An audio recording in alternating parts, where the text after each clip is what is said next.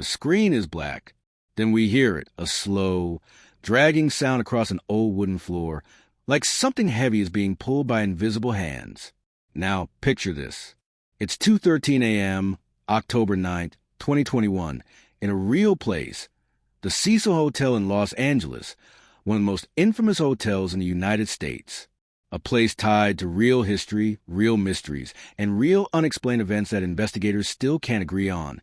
A young American traveler named Emily Carter, a 22-year-old college student from Ohio, is standing alone in the hallway on the 7th floor. Her phone camera is shaking. She's whispering, "Is someone there? Hello?" But she already knows the answer, because at the end of the hallway, the elevator doors keep opening and closing by themselves, even though nobody is inside. Suddenly, bang, a hotel room door slams open on its own. Emily jumps.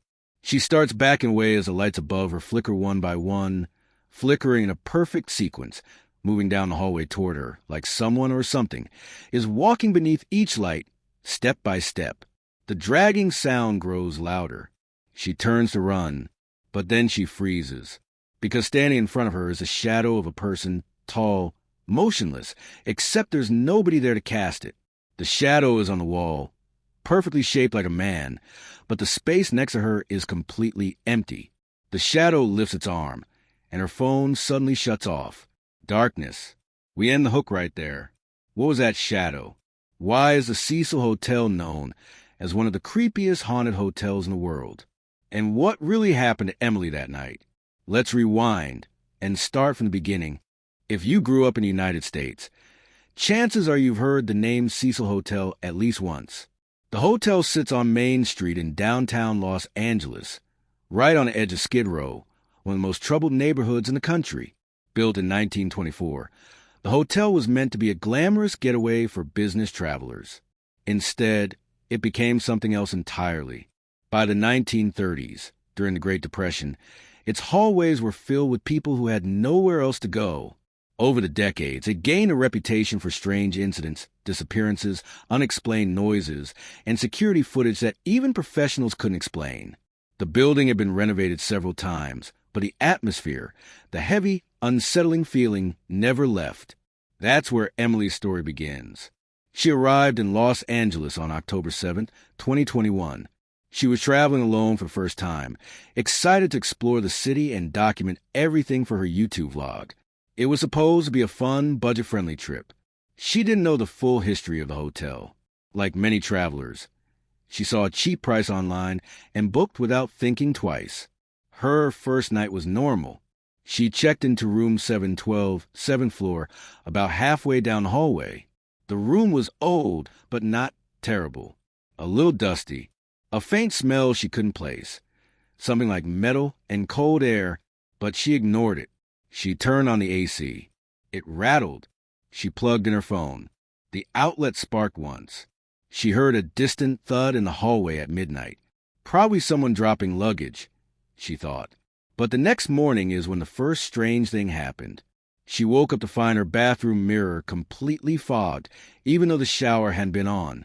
And on the mirror was a message, written with a finger, "Leave now." Emily stared at it for almost a full minute, heart pounding. She rubbed the surface. No water droplets. It felt dry, like the message had been there for hours. She tried to laugh it off. Maybe a prank from a previous guest, right? She opened the window to let light in. Then she noticed something outside. Her room overlooked the alley behind the hotel. And directly across from her window was another window, boarded, sealed shut, with metal bars across it, and through the tiny cracks. Emily could swear she saw a face watching her. She blinked. It was gone. "That's it," she whispered. "I need coffee." She spent the morning sightseeing. Nothing out of the ordinary. But every time she checked her phone, the battery was draining unusually fast, even when it wasn't being used. By evening, she returned to the hotel lobby. This time, she paid attention to the atmosphere. The air felt colder than outside. The front desk clerk spoke in a low voice, barely making eye contact. And every guest she saw seemed to be rushing, heads down, as if nobody wanted to stay in the lobby longer than necessary. When she got back to her floor, she noticed the hallway lights flickering slightly. But flickering lights in old buildings aren't strange until she realized something. The lights flickered only when she walked under them. They stayed completely still when she stopped. That was the moment she finally admitted to herself. Something was off. Later that night, she set up her phone on the nightstand to record a simple vlog. Hey guys, it's Emily. So, I'm staying at this old hotel in LA. It was cheap, but I don't know. Weird stuff is happening. She joked about her mirror message. She joked about the flickering lights. She joked that she might be staying in a haunted room. And at the end of the recording, she said something she didn't catch until later. While she talked, a shadow briefly passed across the wall behind her. Even though she was the only person in the room, she uploaded the clip to her laptop and froze the frame. There it was, tall, human-shaped, and standing right behind her. She replayed it 5 times before whispering, "That wasn't me." Her heart started beating faster. She checked the bathroom. Empty. She opened a closet. Empty. She looked under the bed. Nothing. But the hotel suddenly felt colder. The room felt smaller. Then, around 1:47 a.m., she heard the first dragging sound. Slow, heavy, coming from the hallway. She pressed her ear to the door. Someone or something was moving slowly across the carpet outside, dragging something long behind it. A chill went through her entire body. She stepped back. The dragging got louder, and louder, and louder. She grabbed her phone, opened the camera, hit record. Then she opened her door just a crack. The hallway was empty, completely empty. But the dragging sound didn't stop. It was coming from the ceiling, directly above her room. The rattling AC switched off on its own. The lights dimmed, and Emily whispered, "I'm not alone here." She didn't know it yet, but she had just stepped into the center of one of the most mysterious stories tied to one of the creepiest hotels in American history. And what would happen next was even worse. Emily didn't sleep the rest of that night. She sat on the mattress with her back against the wall, legs pulled close, waiting for the dragging sound to stop. It didn't. It continued off and on until sunrise, slow, heavy, and rhythmic, like someone pacing above her. But here's the strange part. The 7th floor had no guest rooms above it. The floor above her was partially sealed off during renovations in 2014. Nobody was supposed to be up there. When she finally went downstairs that morning, she approached the front desk. "Excuse me, is someone working on the floor above me?" she asked. The desk clerk, a quiet man in his 40s wearing a faded navy vest, froze. His eyes shifted toward the hallway behind her, then back at her. "No," he said stiffly. "Nobody stays on the 8th floor." She frowned. Well, something was moving up there all night. He pressed his lips together, as if debating whether to speak. Then he leaned forward slightly and whispered, "If you hear noises you don't understand, keep your door locked, and don't investigate." Emily swallowed hard. "Why?" He straightened up and forced a smile that didn't match his eyes. "Enjoy your stay," he said, ending conversation. That only made her more uneasy. She stepped outside the hotel to get some air, walking down Main Street past the morning crowds. Los Angeles was loud, busy, alive, but Emily felt strangely disconnected from it, like she was carrying the hotel's heaviness with her. She kept checking her reflection in windows as she walked, making sure nothing was behind her. In one storefront reflection, she noticed something unsettling. The same tall shadow she'd captured in her vlog the night before. It appeared behind her for a split second. She spun around. Nobody there. Just a man waiting for the bus and a woman walking a dog. Her heart rate spiked. She needed a distraction. So she spent the day touring the city, Hollywood Boulevard, Santa Monica Pier, little food spots she'd found online. She tried to enjoy it. She took photos, bought souvenirs, smiled at the camera, but every time she thought about returning to her room, her stomach twisted. By sunset, she still had several hours before she'd head back. So she stopped at a coffee shop on Spring Street and opened her laptop. She wanted to check last night's recording again, not out of bravery, but because she needed to make sense of what she saw. She pulled up the clip. For the first minute, everything looked normal. Then the shadow passed again. This time she noticed something new. The shadow didn't walk behind her. It rose behind her, slowly, like someone standing up from the floor. Emily slammed the laptop shut so fast the barista glanced over. Her hands were shaking. Her eyes were watering. She didn't want to go back to the hotel, but she also couldn't afford another room. At 8:41 p.m., she finally forced herself to head back. The walk back to Main Street felt colder than earlier. Streetlights flickered, not unusual for L.A., but every flicker made her flinch. Inside the lobby, the front desk clerk wouldn't look at her. A woman sitting in a corner chair stood up and left the moment Emily walked in, as if she didn't want to share the same space. It felt like the whole building was aware of her. Back in room 712, things initially seemed calm. Too calm. She locked the door, checked the closet again, checked on the bed, even checked behind the curtains. The room felt normal for once. But deep down, she sensed the quiet wouldn't last. She opened her laptop to review a few travel notes, trying to drown out her anxiety. After about 20 minutes, the AC suddenly turned on by itself, full blast, even though she had unplugged it earlier that morning. She got up slowly. The air coming from the vent was ice cold, far colder than normal AC should be. When she held her hand near it, she felt something unnatural. The cold sensation wasn't constant. It pulsed, like breaths of cold air. Then the bathroom light flickered on. Emily froze. She hadn't touched the switch. The light flickered again, off, on, off. Then it stayed on. She took one step toward the bathroom. The mirror was fogged again. This time the message was longer. He waits. Emily backed out of the bathroom. Her eyes darted around the room. Her breathing grew shallow. Every instinct she had screamed, "Get out." She grabbed her backpack and camera and rushed to the door. But when she turned the knob, the door wouldn't open. It wasn't stuck. It felt held. She tried again, harder. Nothing. Then the lights in the room dimmed until everything was bathed in a low orange glow from the hallway. Emily's hands started to tremble. Please, please, open. The hallway lights outside her door flickered, one by one, moving toward her room, just like they did in The Hook. One flicker, then another, coming closer. Emily stumbled back just as the bathroom door slammed shut on its own. Bang! She screamed.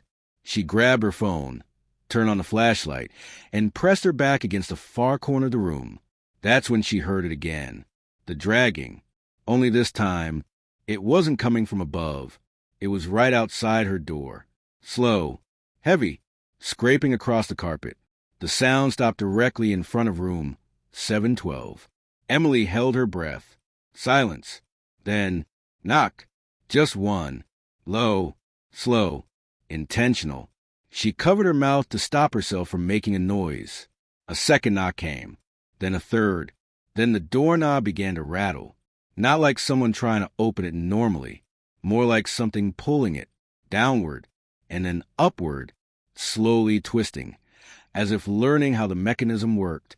Emily's flashlight flickered. Her phone battery dropped from 43% to 14% instantly. Please stop, she whispered through tears. The knob stopped turning. Silence filled the room. She waited, breathing fast, heart hammering. Minutes passed. Or maybe it was seconds. She couldn't tell. Finally, she gathered the courage to step forward and look through the peephole.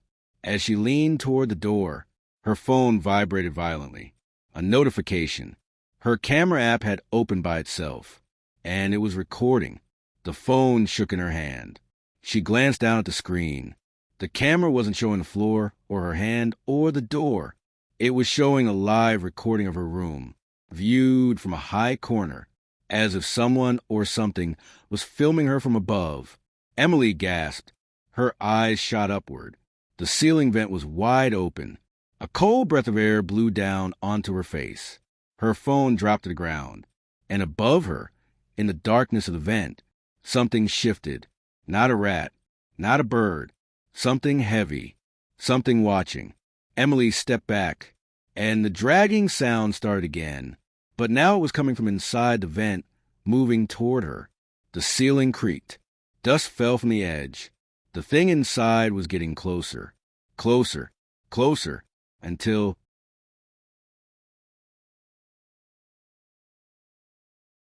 Emily didn't scream. She couldn't.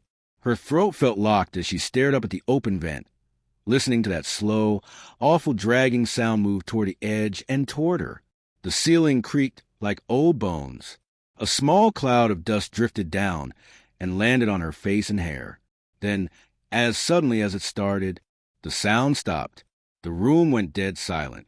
Emily stood frozen in the middle of room 712, phone on the floor, flashlight still shining. Her heart was beating so loud she could hear the blood in her ears. For a full 10 seconds, nothing moved. No dragging, no creaking, no wind. Then the bathroom light turned off by itself. Click. That tiny sound finally snapped her out of her shock. She rushed forward, grabbed her phone from the floor, and stumbled back toward the corner of the room. Her hands were shaking so badly that the flashlight was bouncing all over the walls. Okay, think, she whispered to herself. Just think. Her battery was now at 9%. She opened the door again, this time with a firm yank, and to her surprise, it opened easily. No resistance. No force holding it. The hallway was empty. The carpet was still. The lights hummed softly. Everything looked completely normal, like nothing had happened. Emily stepped out and looked left, then right. The hallway stretched out on both sides, doors lined up evenly, numbers glowing faintly on each. She listened hard. No footsteps, no dragging, no voices. It was like the hotel was holding its breath. She turned back to her room and looked up at the vent.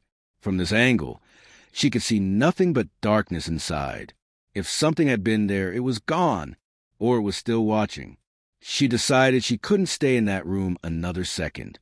She stuffed her phone into her pocket, grabbed her backpack, and walked fast, almost running, down the hallway toward the elevator.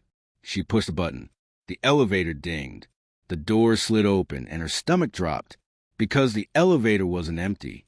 A woman, maybe in her late 50s, stood in the corner, facing the wall.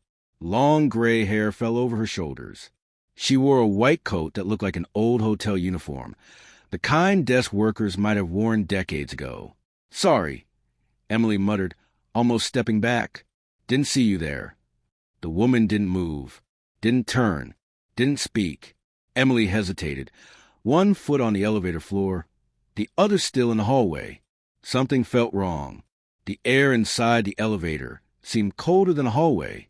Her breath turned faintly white as she exhaled. Are you going down? Emily asked, voice barely above a whisper. The woman's head tilted just a little.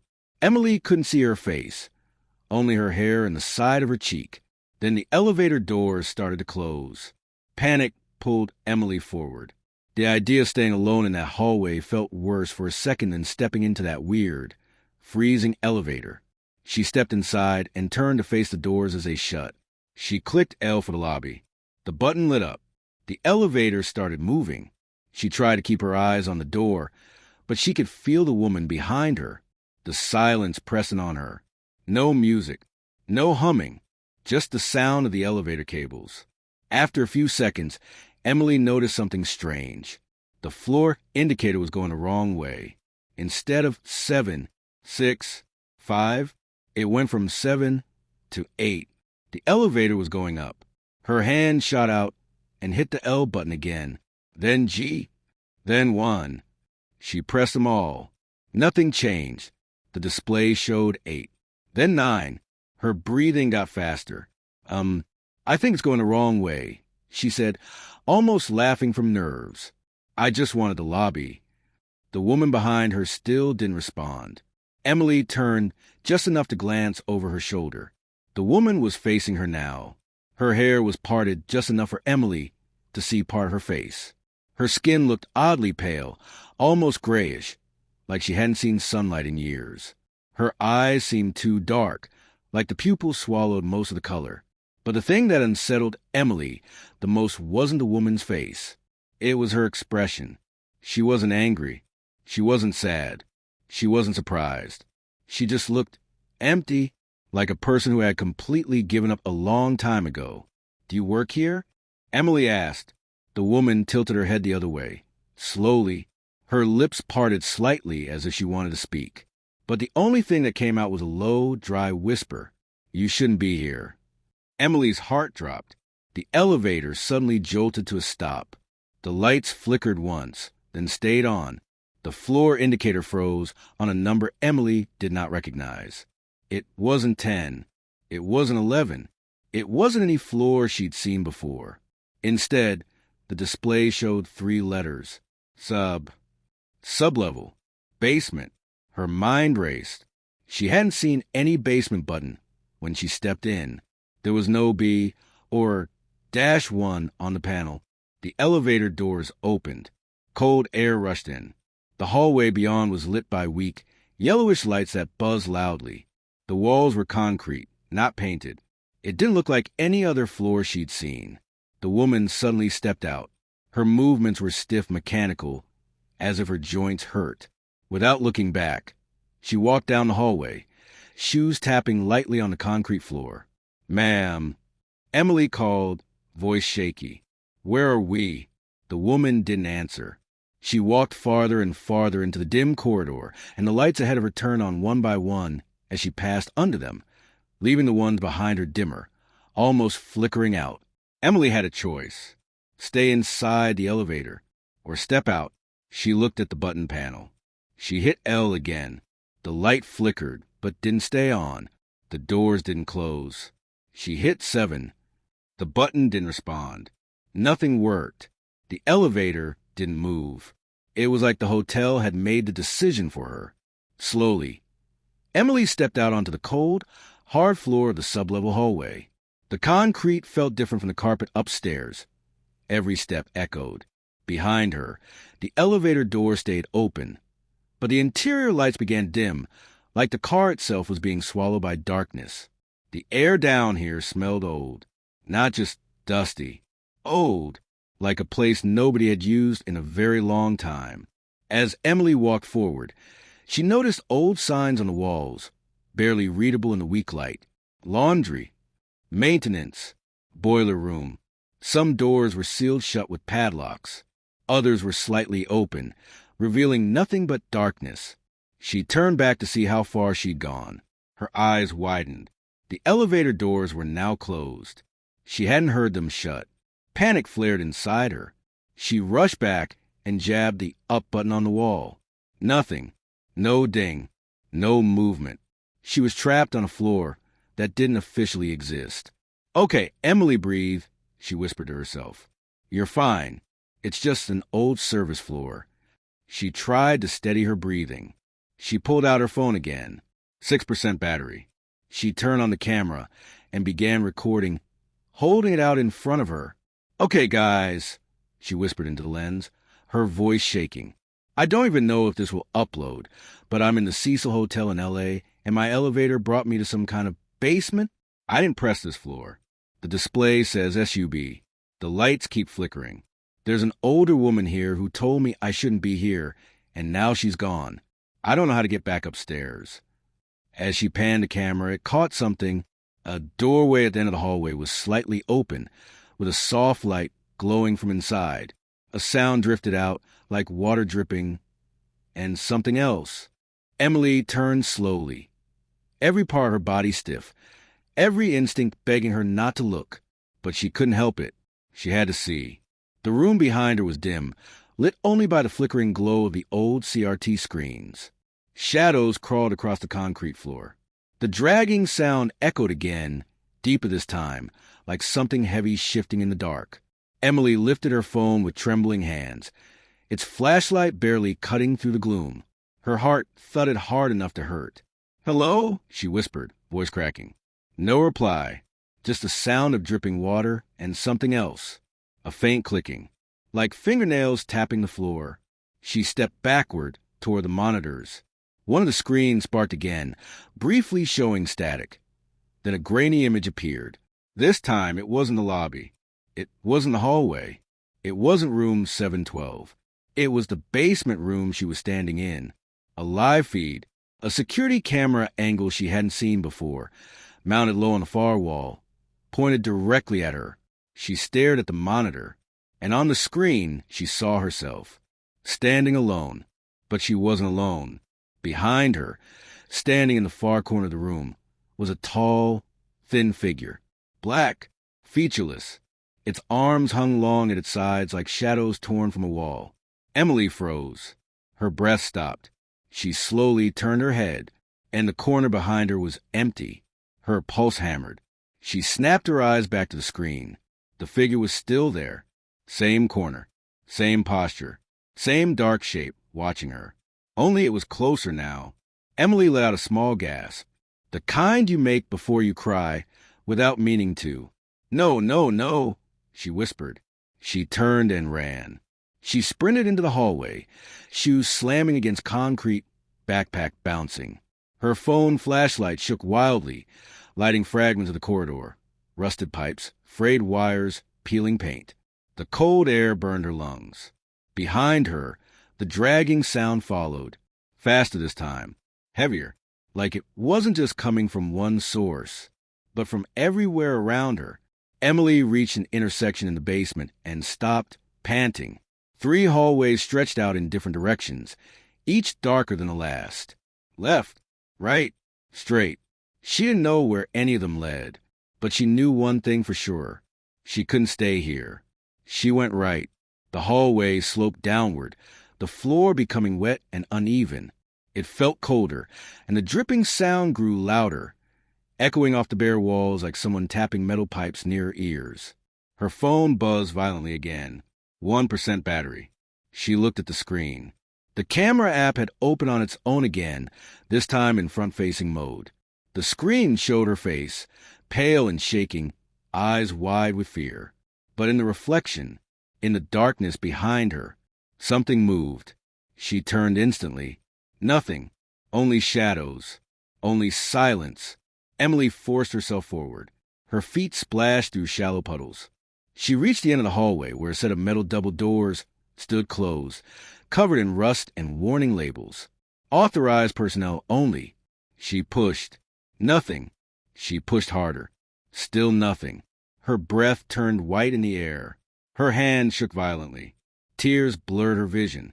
"Please open," she begged. "Please, please open." Behind her, the dragging sound grew louder, closer, echoing faster down the concrete hallway. She slammed her shoulder against the doors, and they burst open. Emily stumbled into a massive, darkened room.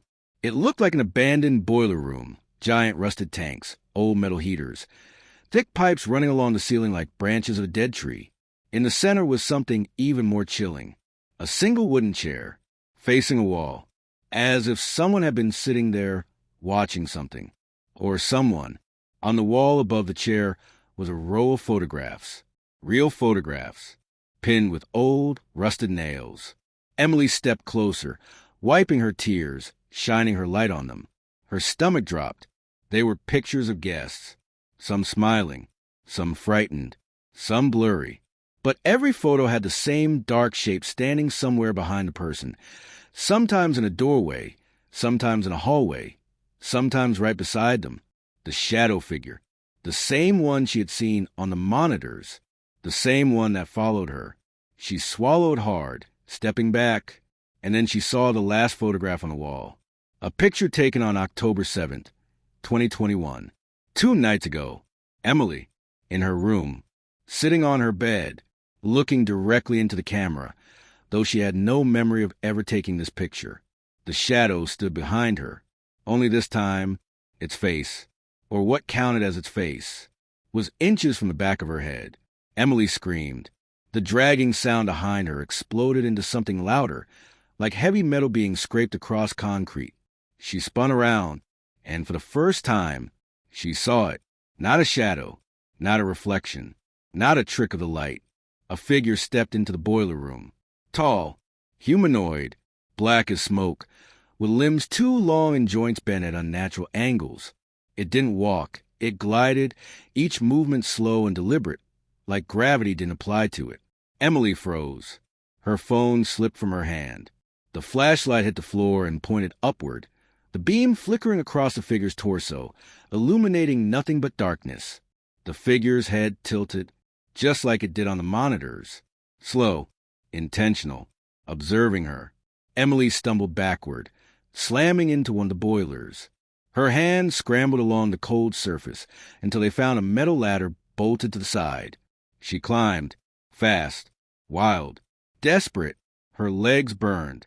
Her hands slipped on the metal rungs. Her breathing came out in short, panicked gasps. Below, the figure moved toward the ladder. It didn't climb. It didn't jump. It simply rose, lifting itself upward like smoke drifting toward the ceiling. Emily pulled herself onto a maintenance catwalk and ran across it. The entire platform shuddered under her weight. She leaped over broken pipes and ducked under low beams. At the far end of the catwalk was a maintenance hatch. She grabbed the handle and yanked. It opened. Cold night air blasted in. She crawled out, and suddenly she was on the roof of the hotel. The city lights of downtown Los Angeles spread out in every direction, glowing beneath her like a giant map of stars. The wind whipped across her face. For a brief second, she felt alive again. Then she heard it, behind her, inside the hatch. A low creaking noise, like someone pulling themselves through a tight space. The shadow figure was coming. Emily sprinted across the rooftop, shoes slipping on the gravel. She reached the edge and looked down. 7 stories. A deadly drop. She backed away from the ledge, looking around frantically. Where could she go? What could she do? The hatch creaked again.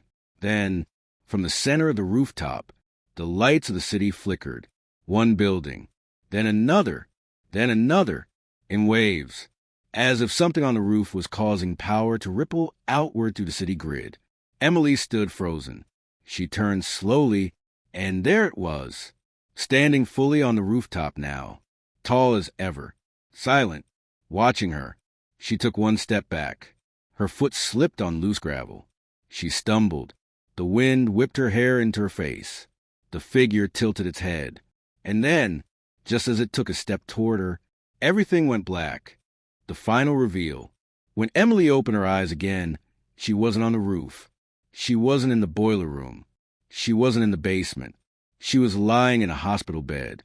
Bright lights, monitors beeping, a nurse speaking softly into a phone nearby. For a moment, she couldn't move. Her body felt heavy, numb. Her throat burned when she tried to speak. The nurse noticed and rushed over. Hey, easy, she said gently. You're safe. You're okay. Emily shook her head weakly. No, she whispered. The hotel. Something was there. It followed me. The nurse's expression softened in that careful way people use when they don't want to scare you. You were found unconscious in the alley behind the Cecil Hotel, she explained. A passerby called 911. The doctor said you experienced severe stress and dehydration. Emily closed her eyes. No way. That wasn't what happened. She remembered the shadow, the monitors, the woman, the rooftop, all of it. It wasn't my imagination, Emily whispered. There was something down there, something in that hotel. The nurse hesitated. Then she said something Emily wasn't expecting. You're not the first person to say that. Emily's eyes snapped open. What do you mean? The nurse stepped back, glancing around the room before leaning closer. That place has had stories. For years, she said quietly. People seeing things, hearing things, feeling watched, especially near the old service levels. Emily's heart pounded. You've heard that from other people? The nurse nodded.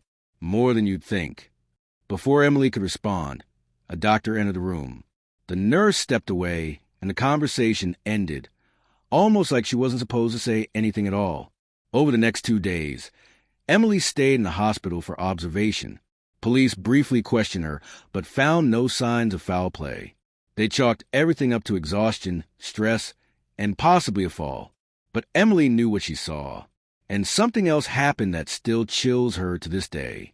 When she finally got her belongings back, her backpack, her camera, her phone, she checked her videos.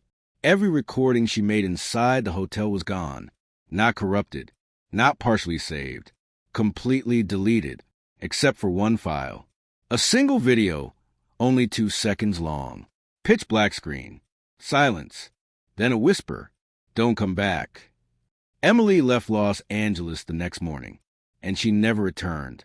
Today, she refuses to talk publicly about the Cecil Hotel. She won't give interviews. She won't answer questions.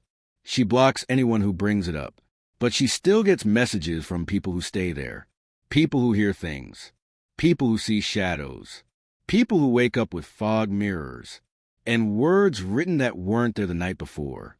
And that brings us to you, watching this right now. Some places in America hold history. Some hold tragedy. But the creepiest places? They hold echoes. Echoes of people who never checked out. Echoes of things that never wanted to be seen. Echoes that linger long after the doors are locked. And if you ever find yourself near a hotel that feels off, a hallway that's too quiet, an elevator that takes you to the wrong floor, ask yourself, are you alone? Or is something standing behind you, just far enough that you can't see it, but close enough to watch? Thank you for watching.